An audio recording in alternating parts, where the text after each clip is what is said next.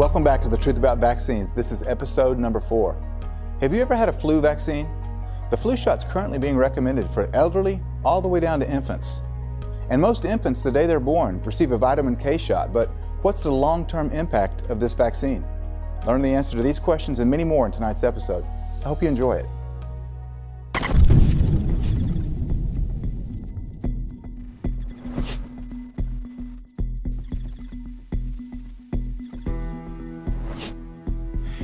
In this episode, we're going to cover several topics in depth, so let's get rolling. First up is influenza, also known as the flu, which is the most common infectious disease. Influenza A and B are the two types of influenza viruses that cause epidemic human disease. According to the World Health Organization, 20 to 30% of children and 5 to 10% of adults come down with the flu each year. Usually the flu is a manageable illness, but serious complications can occur, even death. The CDC and the FDA often claim that 36,000 people die every year from influenza. This is a flat-out lie.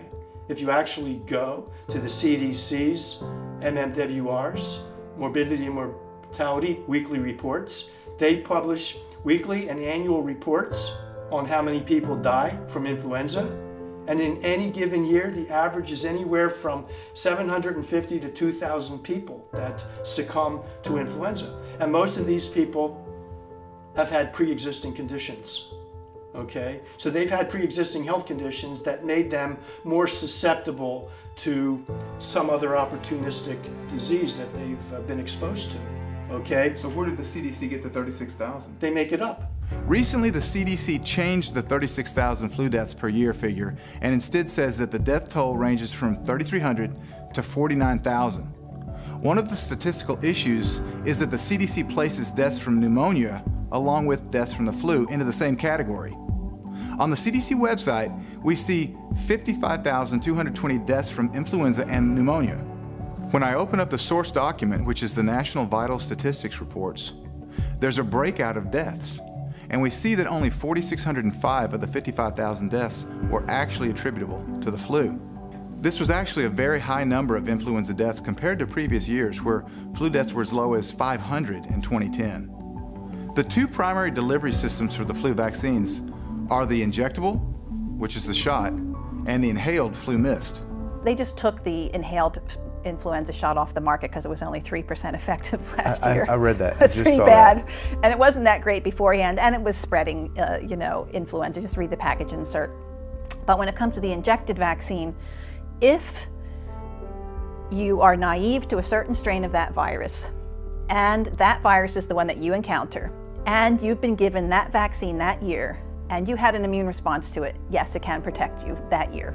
Okay, but the story doesn't end there. So what happens after you're vaccinated, and there are studies, Hayward and Bodewees, I think these both came out in 2013 or 2014, which explains in great detail with really good studies that if you're vaccinated with an injected trivalent influenza vaccine, what that will do is it will stir up the immune system to create massive amounts of antibody towards those particular strains. Great, right?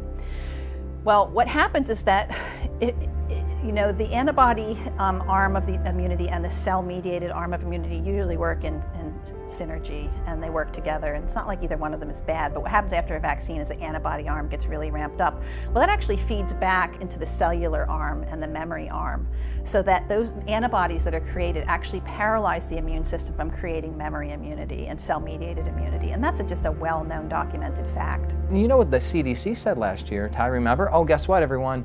We messed up. The flu strain that we put in the flu shot this year wasn't the right one. Of course it's not the right one, because how many thousands and thousands? Now we don't even know how many potential flu strains there are.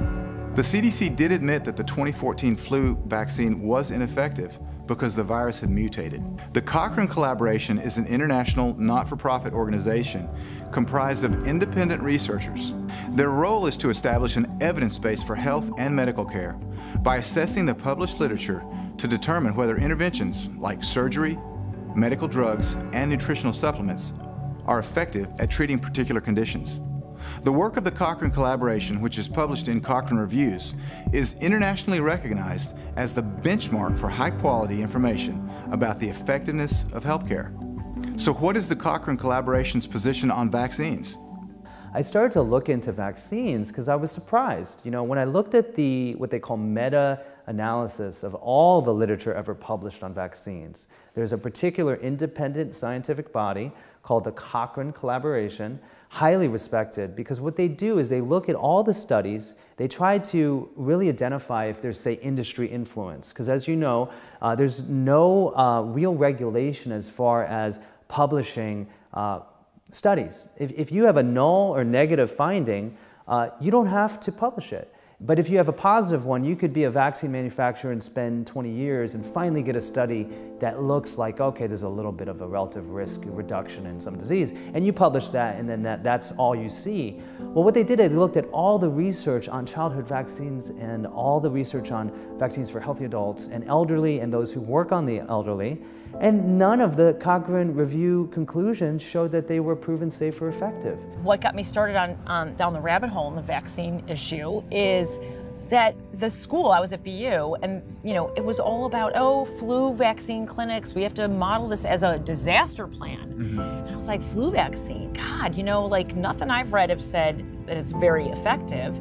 And so I started looking at the data, and I was looking at the Cochrane collaboration. I had never really known about Cochrane before. Right. As a physician, never heard about Cochrane. What is the Cochrane So the Cochrane collaboration is an independent group of international researchers, MDs, masters, PhDs, who work mostly voluntarily. Most of them are volunteer, and there's no industry money coming in at all. So they will not take any money that's related or tied even down the road to industry. So it's truly independent research, and it's collaborative. And the Cochrane collaboration had put out almost every year a paper on a meta-analysis, meaning they're looking at all the different studies and they do a meta-analysis of the data, and show that, you know, the flu vaccine was barely effective, if at all, and that, you know, in any given year, for every 100 patients who are told they have flu, 7 actually have influenza. You know, so influenza is not even as you know, as prevalent as we think. You know, people say I have the flu, I have the flu. That just means they had, you know, a viral syndrome with maybe a fever and respiratory symptoms. They didn't feel well, so they had the flu. Yeah, right. But it's not influenza, right? And even when we have influenza, it's always a guess, right? So the bottom line is that I looked at the data and I went to the head of my department and I said, you know, the department's spending so much time and effort training the master's students on how to run a flu vaccine clinic when you gotta look at this data. It doesn't make any sense. And so the head of my department, who's also part of DARPA, you know, he's a military guy, looked at it and he said, ooh, he actually said expletives, but you know, because they had spent time doing this and he had just like written a paper and he said, you know, you're right. And right after that, there was a conference in DC going on called Selling Sickness. And I said, we gotta go to this conference because Peter Doshie's gonna be there. Peter Doshie had been working with Thomas Jefferson. Thomas Jefferson, not the president, but Tom Jefferson, who's an MD, PhD, head of Cochrane collaboration on upper respiratory infection, which means he analyzes a lot of vaccine safety and effectiveness, mostly effectiveness or lack thereof. And he was the one who's really heading up all the flu vaccine studies, and Peter Doshie was working with him. And Peter's thing was really Tamiflu, but because at the time there was this whole swine flu epidemic. Right. And when I'm doing quotes 2008, because 2009. It was 2009, 2010, and it was I'm doing quotes around that because you know, even I think it was the BMJ or the Lancet even called out the WHO for changing the definition of a pandemic, of a worldwide pandemic in the summer that year. They changed the definition to make everyone believe that we were having this major pandemic. It was not a pandemic and it was not a lethal virus, but it was to sell flu vaccine and Tamiflu. And it turned out that the WHO had been taking advice from a group called ESWI, E-S-W-I. It was a small group of physicians who were all working either for the makers of Tamiflu or the maker of the swine flu that year. So a little conflict of interest there. Big conflict of interest. But so this is stuff that came out during this conference that really opened my eyes and certainly opened the head of my department's eyes. In 2010, the U.S. Advisory Committee on Immunization Practices began recommending the flu vaccine for all healthy children older than 6 months. This was an expansion that they claimed was, and I quote, supported by evidence that annual influenza vaccination is a safe and effective preventative health action with potential benefits in all age groups. Yet a July 2012 Cochrane collaboration systematic review concluded that for kids that were under the age of 2, the currently licensed vaccines are, and I quote, not significantly more efficacious than a placebo. In kids older than 2, the Cochrane analysis indicates that the flu shot reduces the absolute risk that a child will catch the flu by about 3.6%. A February 17, 2010 Cochrane collaboration systematic review indicated that, and I quote, the available evidence is of poor quality and provides no guidance regarding the safety, efficacy, or effectiveness of influenza vaccines for people aged 65 years or older. To resolve the uncertainty, an adequately powered, publicly funded, randomized, placebo-controlled trial run over several seasons should be undertaken. On the package insert for Flulival vaccine, it states, and I quote, there have been no controlled trials adequately demonstrating a decrease in influenza after vaccination with Flulival. There is one recent study from 2012 where a true saline placebo was used rather than another vaccine or a carrier that contained everything except the main antigen. There are studies that use saline. One that I mention often was by Cowling in 2013, and what they did is, and this is to me exemplifies why saline is not used as a placebo. They did a really good study where they vaccinated something like 100 people with trivalent influenza vaccine and gave a saline placebo to another 100, and then they actually followed them over the winter. And any time there was any upper respiratory infection, they cultured them and figured out what it was. And what they found was that there really wasn't a huge difference in the influenza viral infections, but depending on which strain, it could have gone either way. But what was really stuck out in my mind is that there was a 4 to 5 times higher incidence of non-influenza viral infections in the vaccinated, and with some very nasty viruses that would have been called polio in the old days. So that's, you know, in my opinion, they know this, and they know that there would be a huge skew between the placebo and the vaccinated, both in safety and efficacy, if they did studies this way, and that's why it's not done. Interestingly, I wrote a letter to ACOG, the American Academy of Obstetricians and Gynecologists, stating, you know, I understand you recommend the flu shot, could you at least recommend the single-dose vial? It's mercury-free. Mm-hmm. They wrote me back and said, we believe thimerosal to be safe. I said, okay, here is a picture of the bottle. It's got a skull and crossbones on it. And here's the MSDS sheet, which is a material safety data sheet by the company that says it's a mutagen for mammalian somatic cells. So in layman terms, it causes mutations in mammals, somatic germ cells, so eggs. So it causes mutations at the level of dividing germ cells, like an embryo. Hello? I said, what about this doesn't bother you? Well, we don't believe. I said, so do your scientists have data that the manufacturer of thimerosal doesn't have? Because here's a skull and crossbones and here's their MSDS sheet. And they were like, thank you, have a good day. Dr. Bart mentioned that the MSDS, the material safety data sheet for the flu vaccine, shows that it is a mutagen. In other words, it changes DNA. Did you know that most vaccines, including the flu vaccine, Flulival, have never been tested for mutagenicity or carcinogenicity? This means that they have not tested to see if they change or mutate DNA or if they cause cancer. When somebody says mercury, we immediately think of the news stories about a kid at school that broke a thermometer in biology class, and the hazmat team is called in and all the students are scared to death.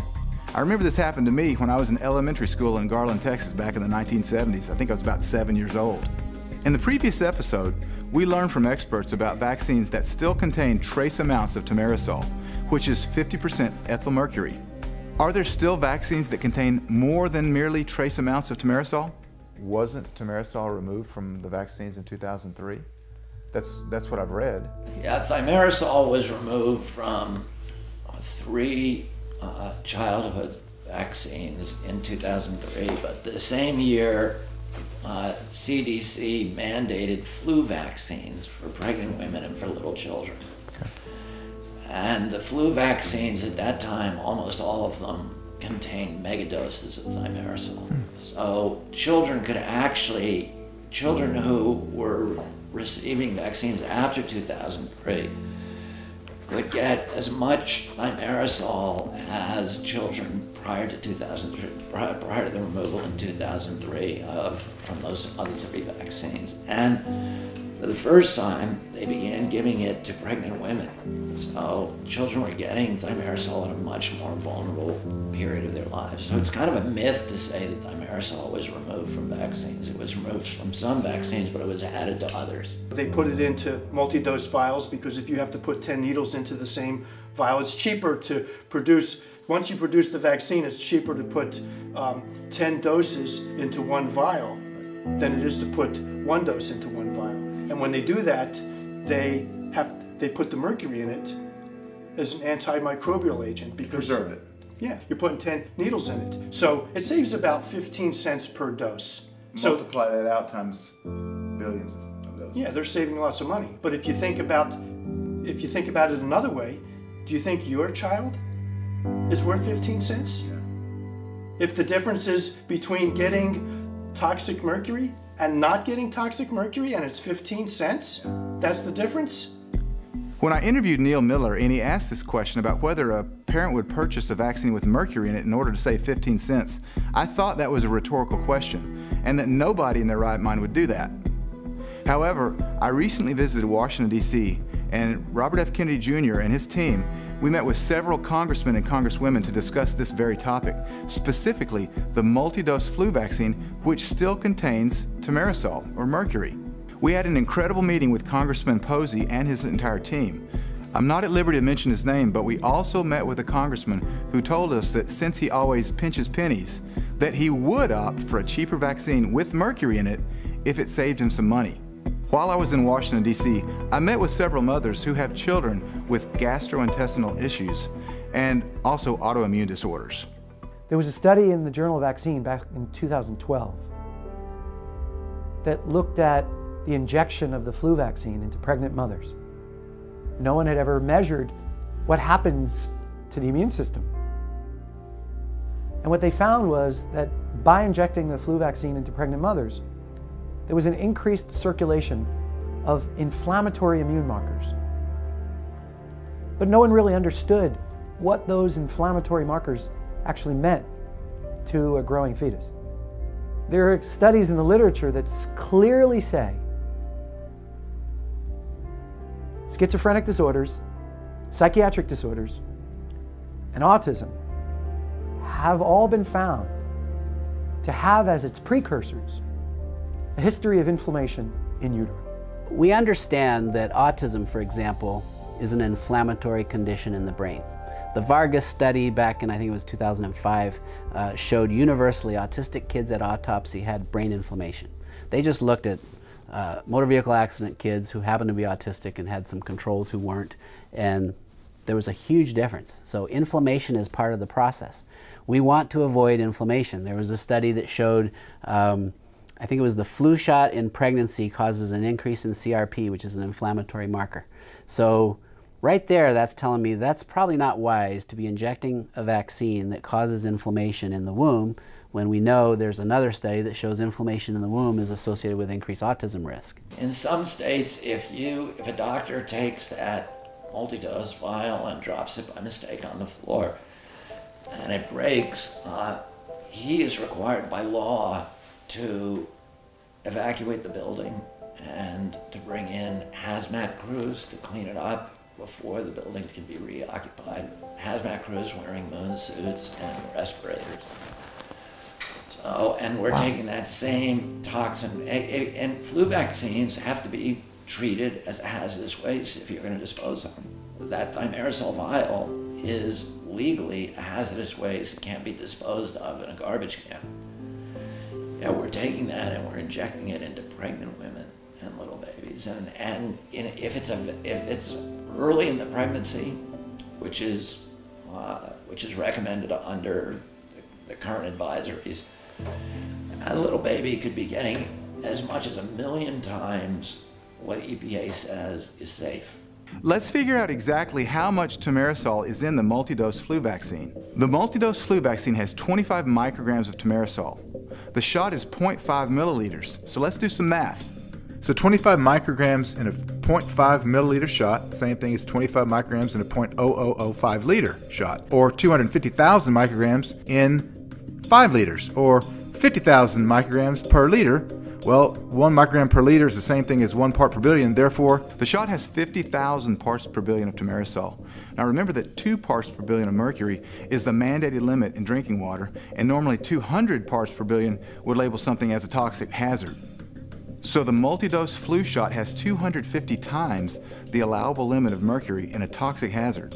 Regardless of your position on the flu vaccine, does the way that they're currently marketing it alarm you? Here's a video that I took with my iPhone when I was down in Austin, Texas last year. I was really surprised about how the flu vaccine is being marketed right alongside of beer, wine, and Coca-Cola. Do you remember the swine flu epidemic from 2009? What happened in 2009, if you remember, there was the swine flu vaccine and there was the seasonal influenza vaccine. And so a lot of people got 2 shots that year. And my guess is that that's why more things happened, at least in my sphere. And so the first event was a fellow that was brought in from the outside after having had normal kidney function, and he was on dialysis and told me that he was fine until he had that shot. And I said, what shot? And he said, that vaccine. And I thought, well, that's really interesting. So I looked into it some more, and I was like, sure enough, it sure seems logical and likely because your kidney function was normal before. And so this happened again and again, so 3 times. And I thought, well, my administration's really going to want to know about this. So I was really kind of, the next time I saw the chief of medicine in the hallway, I made sure I told him, and he just kind of stiffened up and stood back, and it was like, it's not from the vaccine. And I thought, why would you say that? You never say that about an ACE inhibitor or a cholesterol drug or an antibiotic that's shutting down the kidneys. Why all of a sudden is it impossible for a vaccine to do this? And so my claims were denied, and I thought, well, that's all right, I'm just going to carry on, whatever. And so I decided to start asking the question of my inpatients and my outpatients, when was your last vaccine? And sure enough, I started to notice a correlation between either new onset kidney dysfunction or failure or worsening of old very rapidly. So at that point, I started to keep notes and start remembering names and events. And I kept a list of how many times this happened. And I went again to the administration. I said, look, there's even more evidence. Look, this one guy had this level of kidney function, which was normal when he came into the hospital. You gave him a flu shot within 24 hours. And look, now his kidney function went down within 24 hours. And the internists are chasing their tails trying to find a cause. It's the vaccine. It's very well known that if you've got a flu shot 1 year, while it might help you if you're one of those few people that it does, I think you have to vaccinate like 100 people to prevent the flu in a handful. If you're one of those people, the following year you're likely to be more susceptible to a pandemic if it comes through. And again, that's been shown in reality in populations, and it's been shown experimentally. What people don't know is that CDC on their own website have now admitted that in the last 10 years, the flu shot doesn't work half the time, and in some years, it doesn't work at all. And that's their own information, okay? About 75% of people who get vaccinated can still get infected with the flu. They can still pass the flu on to influenza on to other people. But in this country, most of the symptoms that we have during the winter, what they call the flu season, coughing, runny nose, fever, are not due to type A or type B influenza. Only about 20% of those symptoms actually are type A or type B influenza. And every year the government tries to guess which strains of influenza are going to be circulating. Lots of times they don't guess right, but you still take a risk when you get that flu vaccination. There also are studies that show that children who have had seasonal influenza shots actually are more likely to get infected when a pandemic flu strain comes around. That occurred in 2009. There was a study out of Canada, I think it was last year, where they looked at people who had gotten the flu shot every year compared to people who hadn't gotten the flu shot, and how did they respond to a new flu virus, right? Because they're always trying to predict what's going to be the next flu virus. Those who had not been getting those yearly vaccines were much less likely to be infected by a new strain. So there's something about over-vaccinating that actually harms your ability to fight other infections. On the CDC's website, they state that the flu vaccine is 50 to 60% effective among the overall population during seasons when most circulating flu viruses are like the vaccine viruses. Neil Miller just stated that the flu virus is constantly mutating, so what is the probability that the virus strain in the vaccine is like the virus strain that's currently circulating? Neil wasn't the only person to mention long-term benefits from exposure to the influenza virus. Early on, we want to be exposed to childhood illnesses because they're actually part of the developmental process of the immune system. So there was an interesting study that just came out. It was in Science magazine, November 2016. And it's saying that, I actually love the summary, it says it right here. The first influenza attack that a child suffers can affect the way that their lifelong immunity to the virus builds up.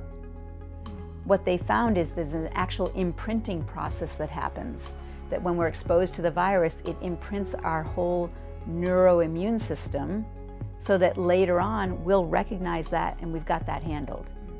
And so they found that in older individuals who were exposed to the viruses as youngsters, it meant that they were less susceptible when they were older. What's your opinion of flu shot?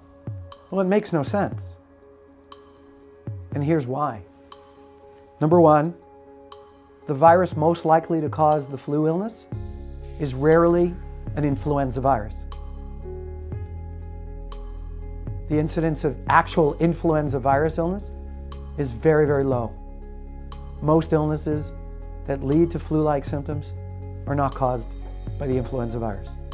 The vaccine itself is toxic. When people say they got the vaccine and got the flu anyway, no, they got poisoned. And the body's response to being poisoned is to get sick, to remove the poisons, because you were injected with poisons. For those people who don't get sick after the flu vaccine, the materials stay inside, or if they're lucky, they'll just excrete them out without being affected. A few years ago, I saw a patient who came into the hospital with chest pain. And it turned out they actually had a small heart attack and went on to have an angiogram and have a stent placed. But in talking to that person, I was asking the questions, what happened just prior to your symptoms of chest pain? And what she said was she had a flu shot 6 hours before the start of chest pain.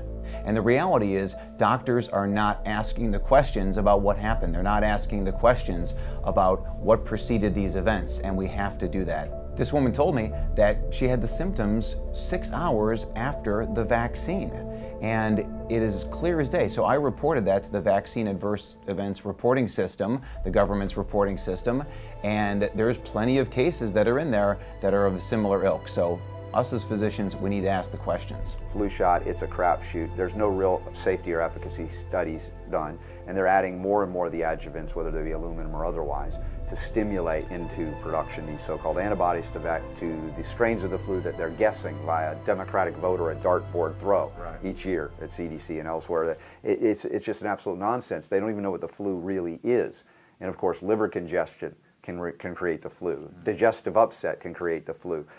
It isn't just one germ each time or one virus each time. So for me, the flu shot is one of the worst examples of the marketing of something that is absolutely worthless and useless and dangerous into existence to be accepted every year. Have you gotten yours? As if it's mine. It's not mine, it's not yours, it's not anybody's, but it's marketing words. You didn't get your shot. You know how they use this. It's very carefully selected words to make it seem like it's it's part of you. It's not. How would you reject what's yours? It's not yours. It's not mine. Stop it. I just had a family this last week. 4 family members all got the flu shot, all sick as dogs with the flu. I mean, we tested them. It was positive, influenza A. So this year, at least for that family, the flu shot did not protect them at all. And that's the thing. You can look at the CDC data for how protective, how effective the flu shot has been, and it's running around 30–40%. I mean, how'd you like that to be your contraceptive? That's, it's just not very effective. So this is a very big issue for medical staff, personnel, people who work in hospitals. Doctors, nurses. Nurses have been fired for refusing to take the flu vaccine. There's some cases where a nurse died, a young, healthy 22-year-old, I forgot her name, died shortly after receiving a flu vaccine, she got very sick within hours of having it and died shortly after that. So these are people who essentially she was, I guess, not forced, but certainly pushed into having a vaccine. Others lose their job. I have had contention with hospitals that I've worked at in terms of getting a flu vaccine. I haven't had the flu vaccine in over 10 years. So why do I not get the flu vaccine?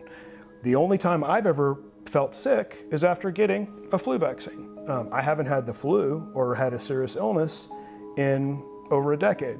I have several nurses who have never gotten the flu shot, and one of them, I won't use her name because she likes her confidentiality, she's never been sick. She's never had the flu. She eats well, she watches her diet, she gets her sleep, she exercises, and she doesn't get vaccines. And she's never sick. She's always at work. She's been working for me for over 20 years. And she's around all these sick kids. I used to tell her year after year, oh, you're gonna regret it, because I was getting the flu shot, right? Oh, you're gonna regret it because you're gonna be exposed. Well, of course she was exposed. How come she didn't get sick? She had a robust immune system. That's what we need. It's interesting that Dr. Paul Thomas, who's a board-certified pediatrician, has several nurses who won't get the flu shot and they never get sick. While I was interviewing Dr. Thomas, he discussed the topic of quality measures and the pressure that's placed on pediatricians to vaccinate according to the full CDC schedule. He also mentioned the financial incentives that are in place to make sure that pediatricians do vaccinate. One thing that as a pediatrician I'm subjected to is quality measures. And if you're a pediatrician, the health plans who have set out quality measures invariably have one, two, or even several quality measures that are basically how well are you vaccinating. So I just got a report, for example, from one of the health plans this past week that had my vaccine status level at 0. Okay? And I can tell you that probably 95% of my patients are vaccinated, but they're not.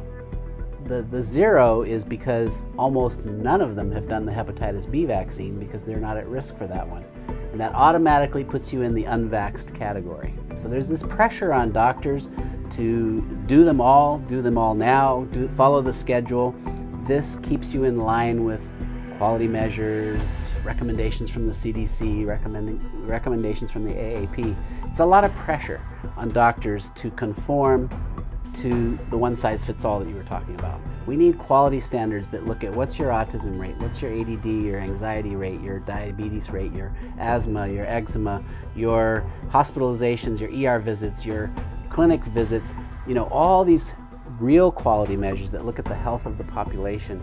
And I would love for those studies to be set up, and let's look at the differences in populations that are highly vaccinated, selectively vaccinated, or unvaccinated. Follow them and look at long-term outcomes, and then we'll have some quality data that's worth, shouting at the mountaintop. Pediatricians and doctors what I've found is that they don't read the science. For them, CDC is a judicious arbiter of the science. So if CDC says there's no evidence, they're not going through the abstracts and going out to PubMed and looking up hundreds of documents and trying to make up their own mind. And I understand that because it's a lot of work. I mean, it took us 3 years to do this book. And we had some really great scientists and doctors looking at it. And, it's hard to figure out how much weight to give to individual studies, et cetera. So people just accept CDC's word that this is all safe. And then there are very, very strong financial incentives for doctors to get their patients to comply with the CDC schedule. Doctors are punished financially and very dramatically. Insurance companies like Blue Cross Blue Shield, if they don't get a certain percentage of their patients to comply with the schedule. If 63% are not compliant, they don't get any of their bonuses. If a pediatrician does not persuade his patients to comply with the CDC schedule, he suffers a terrible, terrible financial punishment from Blue Cross Blue Shield. This year in the Blue Cross Blue Shield handbook that came out, it actually talked about something called the Combo 10, that in a pediatrician's office, if they have all the children under the age of 2 that have been fully vaccinated with all 10 of these vaccines called the Combo 10 by their 2nd birthday, the vaccination rate in the pediatrician's office needs to be 63% of their entire practice needs to be fully vaccinated by this Combo 10. And if they are rewarded by Blue Cross Blue Shield at $400 per child, per eligible member.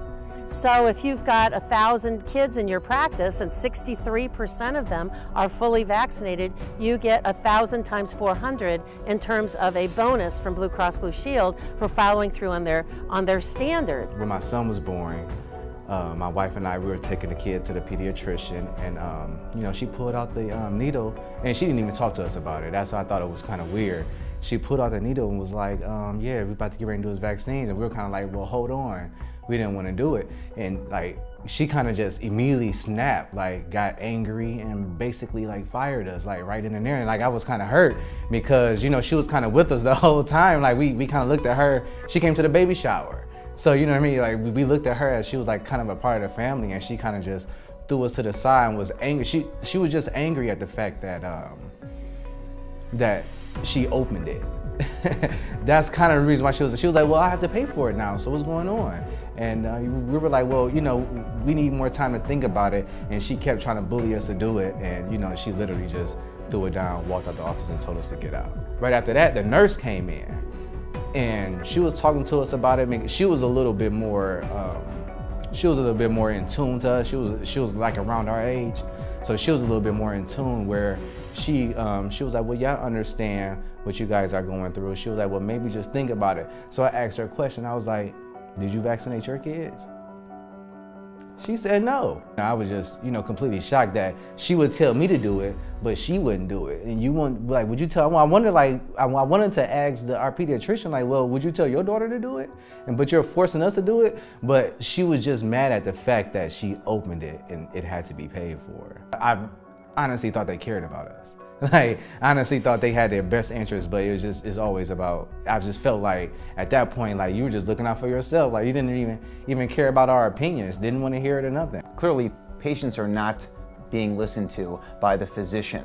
In the doctor-patient relationship, it used to be all about the patient. When doctors would take a good history, take a good long physical examination on these people. Now it's all about the doctor. How does the doctor get that patient out of the exam room, out of the emergency room, out of the hospital as fast as possible? The patient's needs are not being met. Certainly, the doctors are not taking the time to go after the cause. When a patient comes in the room, what the doctor is immediately thinking, what pill or what procedure can I give this person to get them out of the room as fast as possible so I can see the next patient?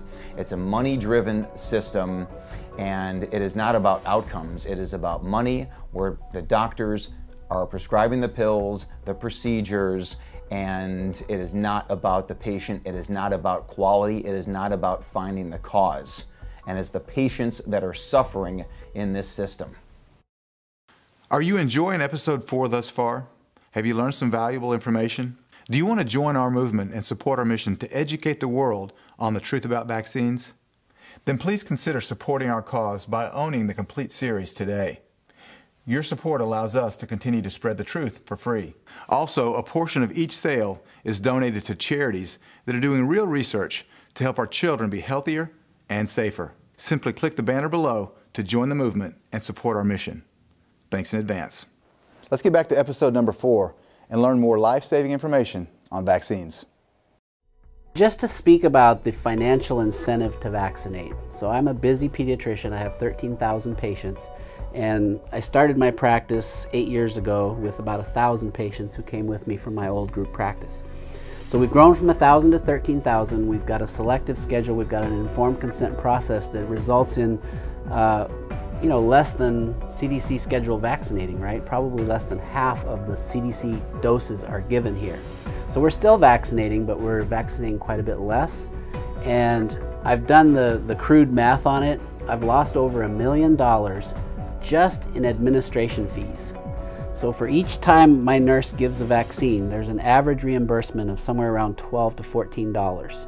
And if you're giving 2 vaccines, that's double that, or in other practices where they're giving 6 different vaccines for a 2-month-old, multiply 12 to 14 times 6, and then you multiply that by all those recurring visits. It's a huge moneymaker for pediatricians, even though they don't like to admit it. They don't want to acknowledge that they're making money on vaccines.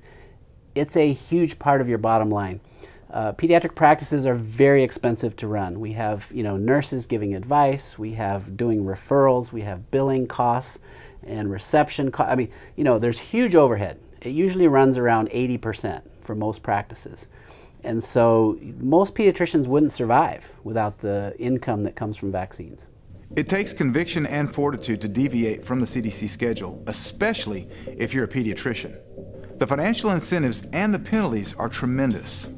While countries like Japan have delayed vaccine schedules, in places like the USA and Australia, that choice is not readily available. In Japan, what happened is the vaccination, children are vaccinated against the 3 types of vaccination they're given to children. But by the time they're about 2 years of age, not below 2 years, because between birth and 2 years of age, the immune system of these children develops in a way that is able to, to protect the child and for the child to be able to actually deal with the vaccination. Now, in some countries, this is not the case. The age is actually lowered, so much so that there are other countries where vaccination is given at birth. And so there have been some statistics that have proven that in those populations where the vaccination was given very, very, very early on in life, those children didn't do very well. So at the end of the day, it would be best, obviously, parents choose when or if even to have their children vaccinated. And this is a situation that in some countries like Australia was available, the choice was still available. But now this choice has been is no longer there. It's not only the USA that offers incentives for vaccinating and actually penalizes for failure to vaccinate according to the full schedule. In 2016, Australia implemented what they call the no jab, no pay policy. I want to read a couple of snippets from that document for you. Here it is.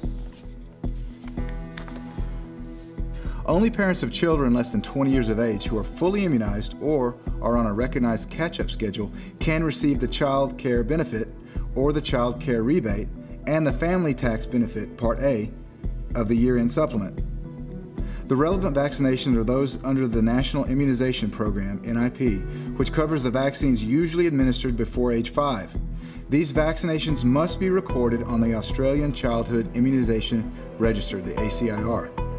Conscientious objection and vaccination objection on non-medical grounds will no longer be a valid exemption from immunization requirements. 2 vaccines that are part of the Australia vaccine schedule and the CDC vaccine schedule are the vaccine for Haemophilus influenza type B, the Hib vaccine, and the pneumococcal vaccine, Prevnar. Both of these vaccines are for protection from meningitis, among other things. Take the Hib. I was in training in California the year that was introduced. 1987 in Fresno, California was when we introduced it. And it came down from the CDC, do it, and we just did it. The CDC knows best, and that's how it always has been for pediatricians. The CDC says do, we jump. And we just take it at face value, it's the right thing to do. They've done the research. And in that particular case, I'm a brand new, medical school graduate, and I'm being told this is a great idea. And actually, at that time, we were seeing a lot of meningitis from Haemophilus type B. I mean, a lot. As a resident, I was doing lumbar punctures where you put a needle in the spine and you draw out the fluid, send it off to the lab. 3 to 6 a night. These would really sick kids in the emergency room. You'd get called from you're on call, you're basically not sleeping, but you'd try. And you'd stumble down and do a lumbar puncture and start them on antibiotics. And hospitals had a lot of kids with meningitis back then. We used to see epiglottitis, that little thing in the back of your throat would get really swollen. You'd have to intubate them to make sure they were okay so they didn't obstruct their airway. We saw cases of that. Those things are gone today. I mean, you almost never see bacterial meningitis. You certainly didn't see type B, all right? And that vaccine didn't have aluminum, didn't have mercury, so it felt like it was a pretty safe vaccine. It did have formaldehyde, which is not a great thing to be injecting. But I palpably saw a huge drop in meningitis that following year after we instituted that. And some of the data showed that to be the case. So man, I'm a believer, right? I mean, this is amazing. So it just reinforced my belief in vaccines. What we need to know though today, if you're gonna give informed consent, so you're my parent and we've got your 2-month-old baby and we're gonna talk about the Hib. What you need to know, and this data is on the CDC website, that Haemophilus influenza type B, that's Hib, causes only a handful of cases of disease, serious disease, a year in the United States. So again, it's one of those 1 in a million cases. Now, there might be 200 to 400 cases of Haemophilus meningitis non-typeable or other, right, but not type B. Why is that? It possibly is that that vaccine was so effective that we don't see that strain anymore. Right? And that happened with the Prevnar. We used to have a Prevnar 7, that's pneumococcal, the other major cause of meningitis and serious bacterial disease, and we started seeing other strains. So they came out with the Prevnar 13. Will there be a Prevnar 21? I don't know. You know, we keep chasing these things as they shift. So for informed consent for the Hib, some families who are really averse to vaccines, they're just afraid that it's overstimulating their child's immune system and they want natural immunity, they might be comfortable with that risk of 1 in a million from type B. The mere injection of material into the body is a medical problem, because you will always create an inflammatory response and the body's need to reject that material and attack it. Why do you think we're having so many food allergies? Because there are food proteins in vaccines. Starting from the vitamin K shot that babies are given at birth. What's in the vitamin K? Egg phospholipid and castor oil. And all you have to do is do a literature search. Does castor oil cross-react with peanuts and tree nuts? And the answer is yes. Allergies were unheard of before the invention of the hypodermic needle. Allergies were not even a known phenomenon. So you think about hypodermic means under the skin, so you're taking a substance, it's coming through a needle, it's going under your skin into your body in an unnatural way, not entering through the nose or the mouth. And this is the genesis of the birth of allergies. Heather Fraser was a historian. She wasn't a medical person, but her own son, when she first gave him a peanut around the age of 1, he had an anaphylactic reaction, and she didn't understand why her son was allergic to peanuts, the way, of course, many other children are as well. And she did a deep dive into the research and wrote this book, The Peanut Allergy Epidemic, which has so many references, very well researched.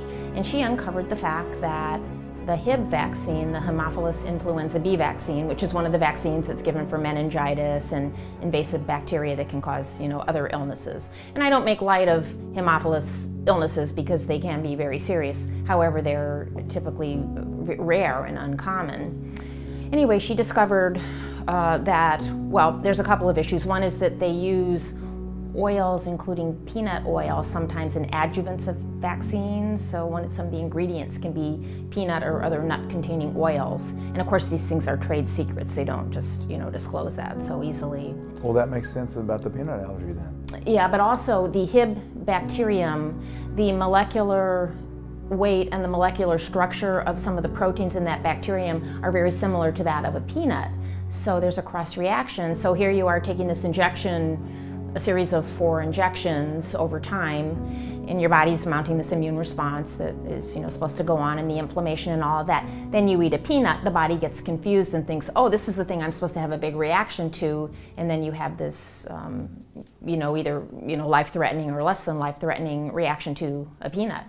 Dr. Levitin spoke about food allergies, specifically peanut allergies, which are pervasive today. She also discussed the Hib vaccine, which can cause peanut allergies. Dr. Polewski also spoke about food allergies, and he mentioned specifically the vitamin K shot. Many people do not realize that newborns receive a vitamin K shot at birth, even though it's been administered since 1961 by recommendation of the AAP, the American Academy of Pediatrics. According to the CDC, babies are born deficient in vitamin K, and without enough vitamin K, they can't make enough substances that are used to form clots, and they are at risk for vitamin K deficiency bleeding, or VKDB. A vitamin K shot given at birth is the best way to prevent VKDB and assist the newborn with blood clotting capabilities. In rare instances, kids can be born with a bleeding diathesis or a bleeding pathology called VKDB, which basically means that they don't have enough vitamin K. Vitamin K is extremely important in the ability to clot, to basically clot and stop bleeding if you're internal bleeding or external bleeding if you have a cut on your skin. And so they're given a synthetic drug. The generic name is phytanadione. Why inject a child with a liquid substance, with a vaccine-like substance that contains aluminum, benzyl alcohol, and propylene glycol, which is antifreeze, when you can get the same, honestly better, source of vitamin K through diet? The mother can eat green leafy vegetables for a period of weeks before the child is born.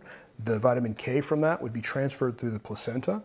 You could give an oral form of vitamin K as opposed to an injection. And although that's not going to be absorbed probably in the gut as well as transfer from the placenta, another completely reasonable way to get vitamin K into the child to have normal clotting for a problem that doesn't occur that often to begin with. I mean, most kids, I don't think that VKDB, vitamin K deficient bleeding, is that common. It's another opportunity to inject a child with pharmaceuticals, my opinion. Dr. Sani mentioned the generic name of vitamin K, which is phytanadione. On the package insert, there's actually a black box warning. An alternative to the vitamin K shot is oral vitamin K. There have been no studies indicating that oral vitamin K causes childhood cancer. However, a 1992 study in the British Medical Journal was the second study to confirm a link between the vitamin K shot and childhood cancer. I want to read the conclusion of this study. The only two studies so far to have examined the relation between childhood cancer and intramuscular vitamin K have shown similar results, and the relation is biologically plausible. The prophylactic benefits against hemorrhagic disease are unlikely to exceed the potential adverse effects from intramuscular vitamin K. Since oral vitamin K has major benefits but no obvious adverse effects, this could be the prophylaxis of choice. At the beginning of the last segment, Dr. Paul Thomas mentioned Prevnar. Let's learn about this pneumococcal vaccine. You have this with the pneumococcal family. Okay, multiple strains. They're giving a pneumococcal vaccine that covers, originally they came out with Prevnar 7. Okay, it was a vaccine that was developed to combat 7 out of more than 90 different pneumococcal strains that are capable of causing pneumococcal disease. Within a few years of targeting 7 strains of pneumococcal disease, those strains were knocked out, but new strains became more virulent, became more prevalent and more virulent. New strains took their place. Strains that weren't causing a problem in the past, now those are the strains that are causing problems. Why do you think they came out with the new and improved Prevnar 13? It's PCV13. It's because they said, here's the new strains that are causing the problems. And it only took place in a few small years. And so they said, we have to add 6 more strains. So we went from Prevnar 7 to Prevnar 13. But within 2 years of Prevnar 13 being on the market, those little buggers, those microorganisms quickly adapted. And there's now already new strains that are taking the place of the 13 strains. I was on a consumer member of the FDA Vaccines and Related Biological Products Advisory Committee when the Prevnar vaccine came through, the original one, the Prevnar 7. What's Prevnar for? That's pneumococcal vaccine. I sat there, I looked at the information, and I said, wait a minute. The control vaccine for this was an experimental meningococcal vaccine. They didn't know the reaction profile of the meningococcal vaccine, and they had an experimental pneumococcal vaccine, Prevnar. They didn't know the reaction profile of that vaccine. They gave the children in both arms DPT vaccine. Every time a seizure occurred, they wrote it off as DPT. not as the vaccines the vaccine they were trying to license in the experimental vaccine that was a control. Now, there was no control. How can you figure out if you're not in a science experiment? In 8th grade, you're taught that when you conduct a science experiment and try to figure out what's happening, you have to have the experimental arm and you have to have a control that is not active. Otherwise, how do you understand what the reaction profile is? In clinical trials for Prevnar 13, which is the newest pneumococcal vaccine, the Prevnar 7 vaccine was used as the placebo. And the placebo for the Prevnar 7 vaccine was an investigational meningococcal vaccine. So Prevnar has really never been studied with a true placebo control group. Barbara Lowe Fisher mentioned the term reaction profile, and that made me think of a common recommendation from pediatricians if a child is having a reaction to the toxins in a vaccine. What do? You give them acetaminophen. I can't count the number of times that we gave our children a dose of children's Tylenol, which is acetaminophen. It's crucial that a child be able to effectively detox from those ingredients. What is one of the biggest ways you can compromise a child's ability to detox? Give them acetaminophen, the main ingredient in Tylenol.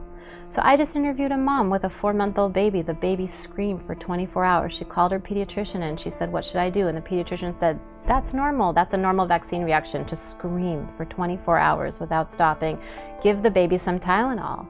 The last thing you ever want to do is give Tylenol to a baby who's just been vaccinated. You're basically guaranteeing that that baby's going to have more trouble detoxing. So what happens with acetaminophen is that it's processed in the liver. The liver, it depletes your body of glutathione. Glutathione is an enzyme that you need to help you rid yourself of toxins. Think of it as nature's mop or nature's broom. It's the thing that gets rid of the toxins. When you give a child acetaminophen, you're compromising their liver's ability to produce glutathione, which is compromising their body's ability to detoxify. It's a perfect storm. 1959, Tylenol was introduced, and it was heavily pushed as a replacement for aspirin. I grew up on Tylenol. Every time I had a sniffle, I had Tylenol. And the 80s, 90s, we started with the increasing vaccinations. So for 3 generations, we're seeing children are losing their sense of heat.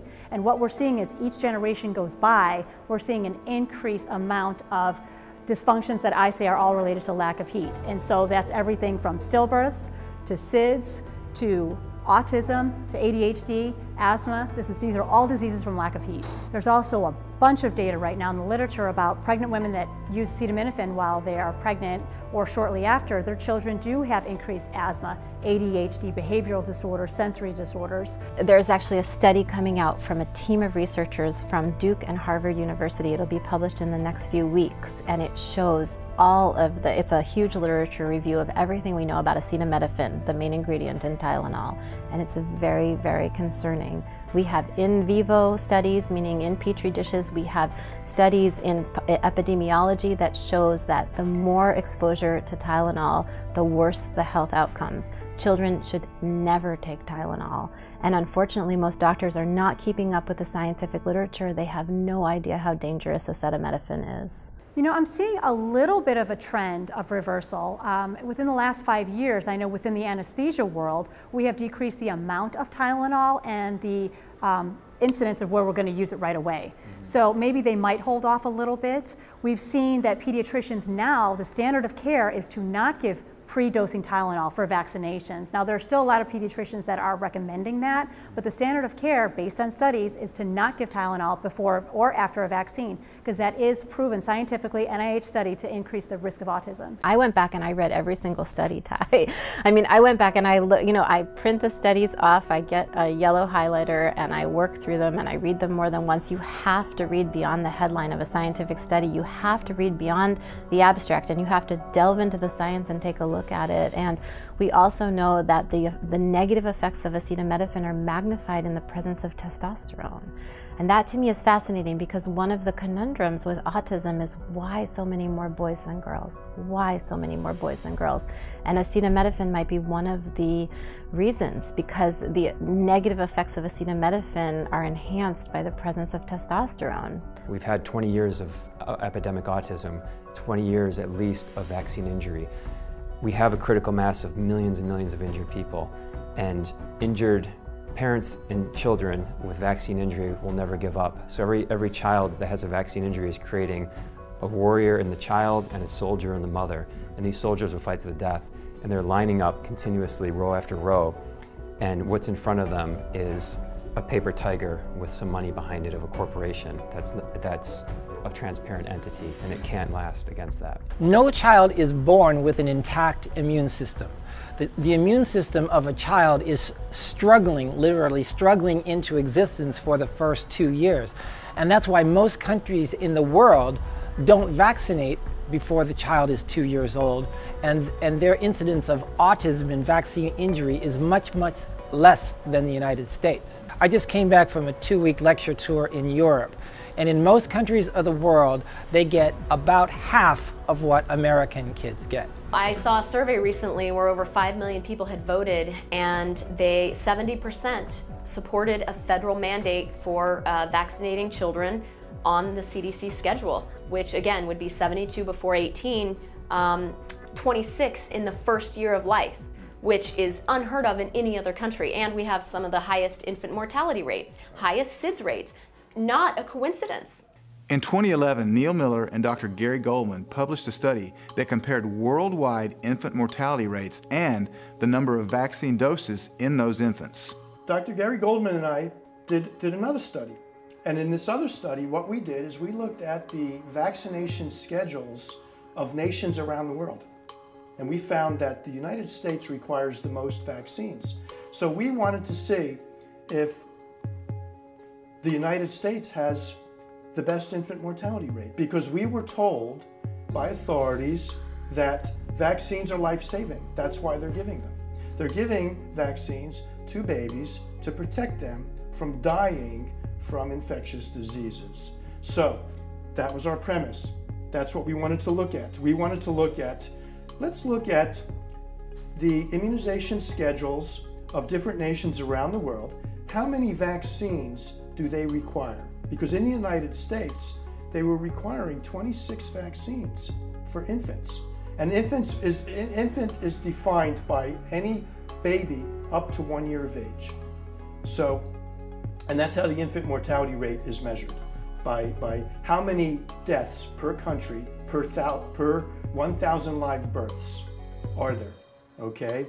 And it's a good measure of the socioeconomic and health conditions of a nation. Some nations, like Iceland and other European and certain European nations, they require as few as only 12 vaccines for their infants. So we wanted to look at, is there a difference between a nation that requires 12 vaccines versus a nation that requires 26 vaccines of their infants? Okay? And we only wanted to look at essentially first world nations. And so what we found was that the United States had the 34th worst infant mortality rate in the world. In the world, the 34th. So there were 33 nations that had better infant mortality rates than the United States, and yet the United States requires the most vaccines for their infants. And what we found was that we found a statistically significant correlation between the number of vaccine doses that a nation requires and that nation's infant mortality rate. The more vaccines that a nation requires, that a first world nation requires, the worse infant mortality rate that it actually has.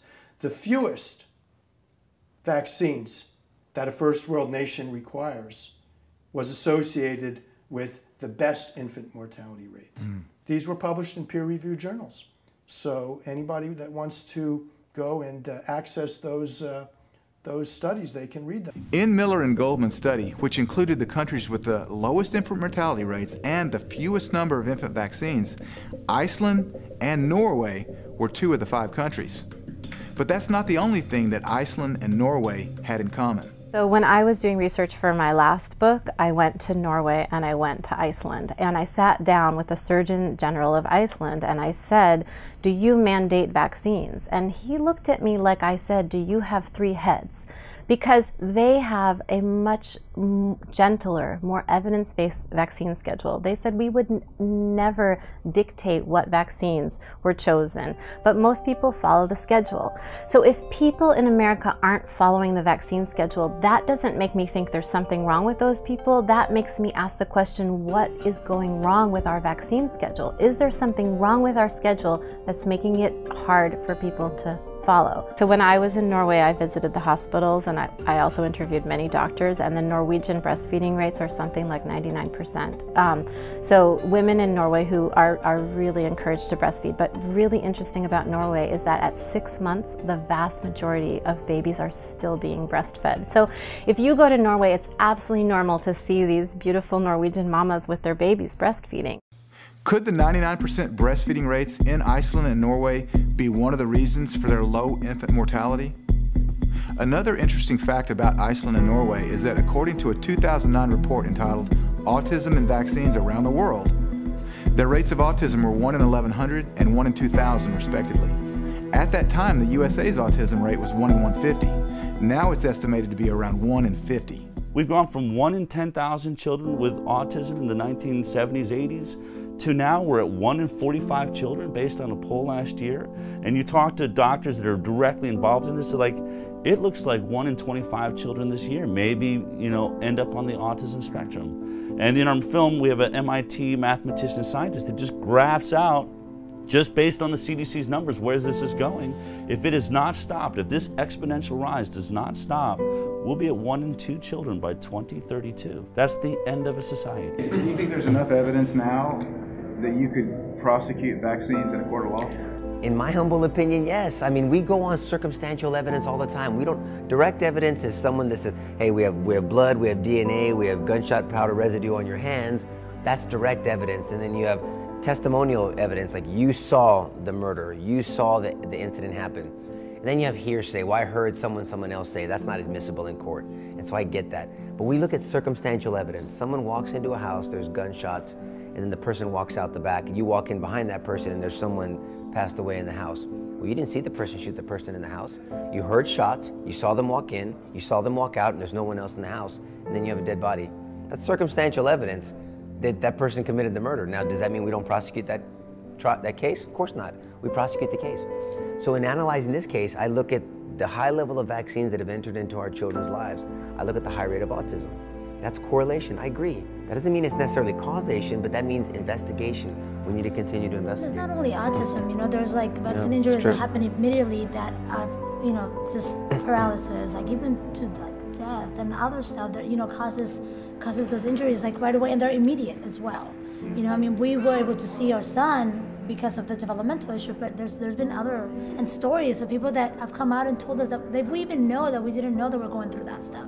And that's kind of, I think, even though it's been so hard because everything, that has been said about us and like, what are you guys, it's like Nico said, this is our story, we're living it, this is our son, and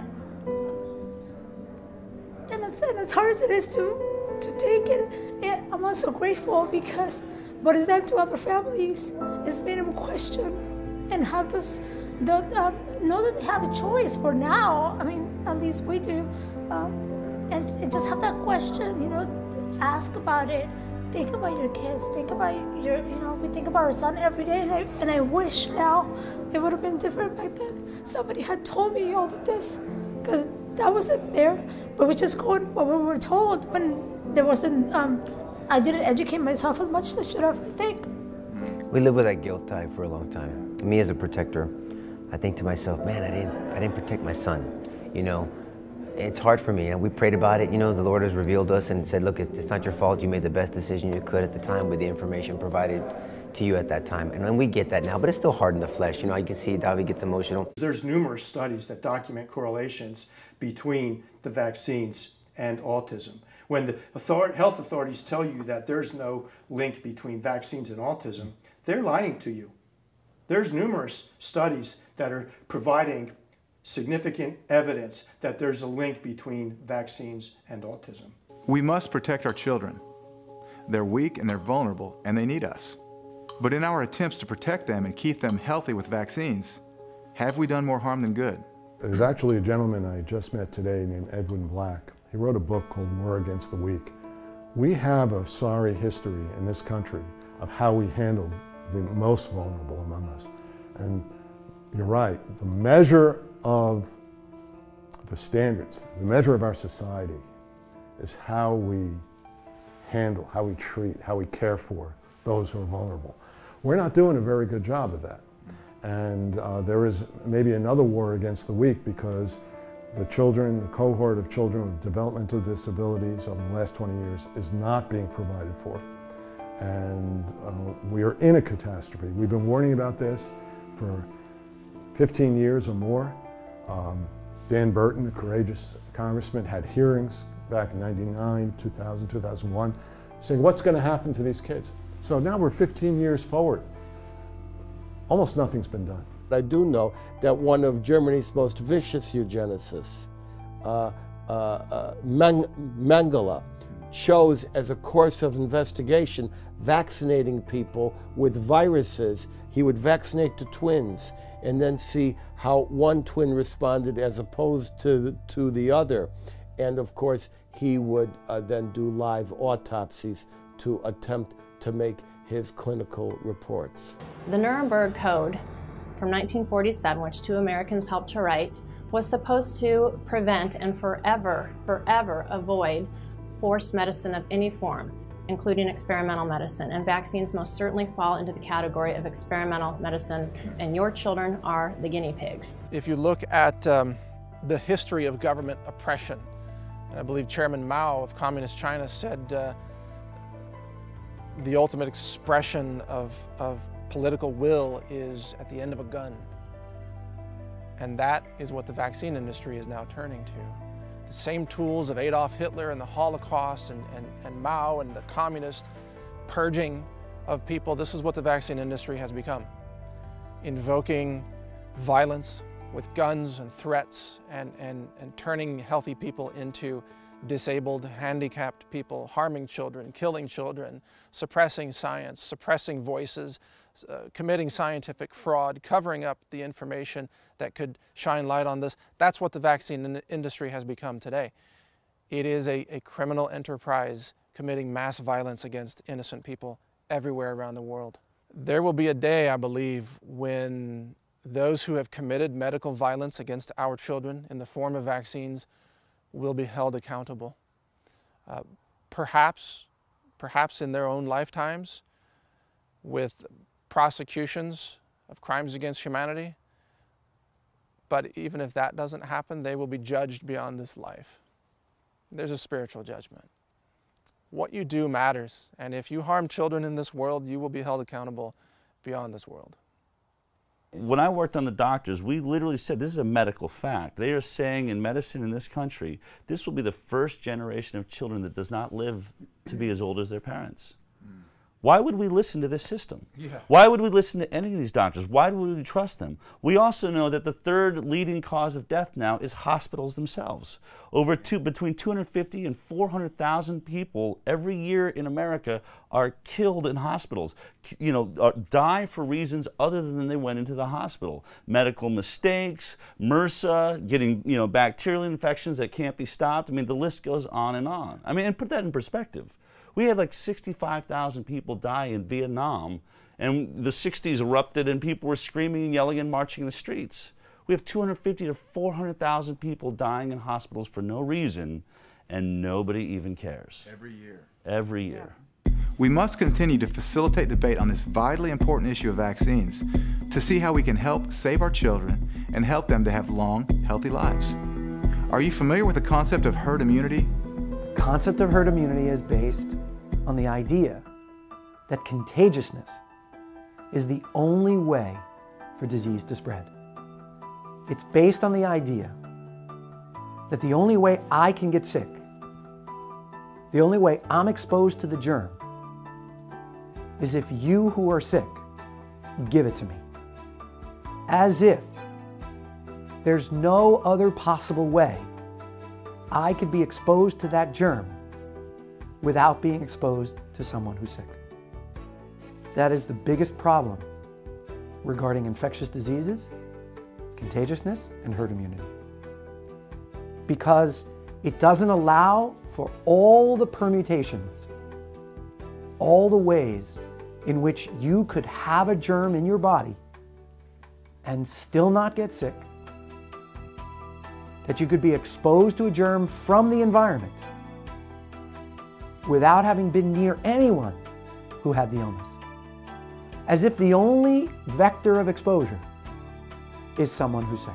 I've started looking at pertussis and pertussis vaccine back in 1982, and really the story has come full circle in the 21st century, because what we know now is that DPT vaccine, the wholesale vaccine that hurt my son, that was introduced in the late 1940s in this country and used on a mass basis, and the DTaP vaccine that replaced DPT in the late 90s. Neither of those vaccines could prevent infection and transmission of infection by vaccinated persons. What you have is a lot of people who have been vaccinated who have mild symptoms or are asymptomatic, no symptoms at all, who can become infected and transmit to both vaccinated and unvaccinated people. So it's an illusion that there is vaccine-acquired herd immunity, and it's always been an illusion, because the microbe has responded to the mass vaccination and has evolved, created strains that are not covered in the vaccine. That's one thing. The other thing is that immunity, vaccine-acquired immunity, is extremely temporary, if at all, perhaps less than 2 years. So you have a lot of pertussis in our country, but it's not being identified and it's not being reported. You're seeing a rise in pertussis now reports because there are cases that are symptomatic are being diagnosed, but you cannot say that pertussis vaccine is preventing pertussis in this country, and therefore you cannot claim that there is herd immunity from pertussis vaccine. There's some really systemic problems with the vaccine industry, and we need to really take a look at it. And people have that right. We should still have that right to ask questions, to say, I want to know. I want to know what is in this vaccine that's going to go into my child. And I think for too long we have been made to feel you can't ask that. You can't ask a doctor that. We just have to trust. And I'm sorry, as a parent, I don't just freely give my trust about my children to anyone. So what I would tell parents is that they need to trust themselves, and you know your child better than anyone else in the world, and you know your family better than anyone else in the world. And actually, we should not be trusting government agencies to tell us what to do with our children. We should be trusting ourselves and we should be finding medical professionals who we can trust, who we can make collaborative decisions with about our children's health. So the CDC does not know better. Your child's teacher does not know better, and even your doctor does not know better. You're on the ground every day, boots to the ground with your baby, with your child, and you're the person you should trust. There are profound and potentially irreversible damages that can be done from these things. And it's just all about analyzing very carefully the cost-risk-benefit analysis. So in some cases it may be warranted. As a parent, you need to make that decision, but you've got to do the homework. No one has done the homework, virtually no one. I mean, it's clearly under 1%. My guess is under 1/10 of 1%. They just don't have time. You have to trust the experts, because there's not time to validate everything by yourself. So, and this is one of the most firmly entrenched positions in the healthcare system. Some doctors who are really smart can't hear it. They can't hear it, and I'm like, okay, you know, they're yelling at me, like, you're a quack, and you're dangerous, and you're killing patients. And I'll say, okay, what's VIRS? What's the table of injuries? What's a virocell? What's a passage? They don't know. Who sits on the ACIP committee? What is the ACIP committee? What's VRBAC? And they don't know. They look at me, what's adversonomics? What is the science of adversonomics? They don't know any of it. And I'm like, you don't know anything. Oh no, we studied immunology. I said, I studied the same immunology in medical school. We don't study innate immunity, right? And we study theoretically how vaccines work. And then we have to memorize a schedule. That's not studying vaccines. You can't tell me the ingredient list. You don't know what foreign DNA is in there. It really all comes down to, you know, we hold doctors in this extreme high esteem because I think we look at the fact that they've gone to 8 years of medical school as like, I didn't get that much education, they're so much smarter than me, I'm just going to defer to whatever they said. But I have a test for anyone that actually thinks like that. I want you to ask the doctor that's about to inject your child with a vaccine one question. Please list for me the ingredients in the vaccine you're about to give my baby. And I assure you that over 90% of the doctors will not be able to list those ingredients for you. I've tried it. They'll say, well, I know that there's certain adjuvants and there's certain ingredients and I have a manual that sort of explains. No, I didn't ask about a manual. There are only 16 vaccines. We give 72 doses right now of 16 current vaccines. I would assume that in your 8 years of studying, you learned how to memorize text. You certainly learned how to memorize 16 different vaccines, I would think, because my mechanic down the street, if I ask him about the distance of the thread gap on a screw in a certain part of my engine, they can tell me. They could tell me about the viscosity of the oil. They can tell me about every single nut, the hex size of the nut head. Or I can go to my chef. I can go to the chef down the street and ask him to list every ingredient of the cake he just baked. He not only will tell me the ingredients, he'll tell me when they went in, whether they got folded, mixed, or stirred, what the temperature of the oven. Most of them will probably even tell me the science of how the oven interacts in the heat and why they choose the temperature they do. So everyone in their business knows everything about their business except doctors with vaccines. It's incredible to me. It's incredibly sad. You cannot tell me that you're doing your job if you cannot list the ingredients. As a pediatrician, you really only do 3 things. You measure the head of your baby, of our baby, you weigh that baby, and then you start injecting them with vaccines. And you're telling me in your 10 years, in your 20 years, and maybe your 30 years of being a pediatrician, you have never taken the time to sit with that vaccine insert and read every single ingredient and memorize it, and then ask yourself, what is the safety? What is the safety testing on these ingredients? I'm not even going that far. I'm not even asking you to study all the safety tests that should have been done on aluminum, on formaldehyde, on all these things that we would send products back to China if it was on a toy but we're injecting it into babies. I'm not even asking you to understand that.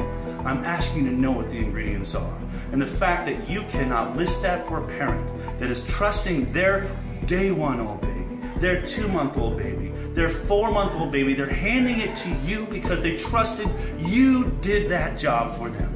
And if you haven't done that job, I don't know how you live with yourself, because I wouldn't be able to live with myself. I don't do a job and say, well, my boss knows the answer to that. I don't, but I continue on as I am. You're a doctor. You're supposed to know. You were educated to think, you were educated to study, and you were educated to memorize things. Please do the same job my mechanic's done and know those ingredients. I think a lot of people have been asleep. I don't think they have really understood what has been happening over the last 30 years. As more people have become aware that vaccines can cause brain and immune system dysfunction, as more children are born healthy, they get vaccinated and are never healthy again. We have seen the infrastructure, instead of doing what they should do, and that is doing the proper science, being partners with parents in preventing vaccine injury and death. They've taken a hardline approach. It's either my way or the highway. You either do it or we're going to punish you. If you don't do it the way we say you should do it, we're going to punish you with societal sanctions like no shots, no school, no shots, no medical care, no shots, no health insurance, no shots, no job. This is a very serious situation. And if we don't stand up now and fight for our freedom, we're going to fight ourselves in chains for the next century. Thanks again, everyone, for watching tonight's episode. I hope you learned a lot, and I really hope that you're going to tell your friends and your family about it, and you're going to tune back in for the next episode. Thanks. God bless.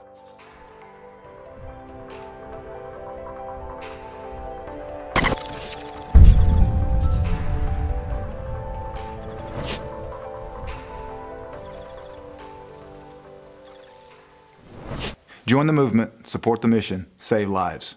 We're a small company that's dedicated to sharing the truth and dedicated to helping humanity.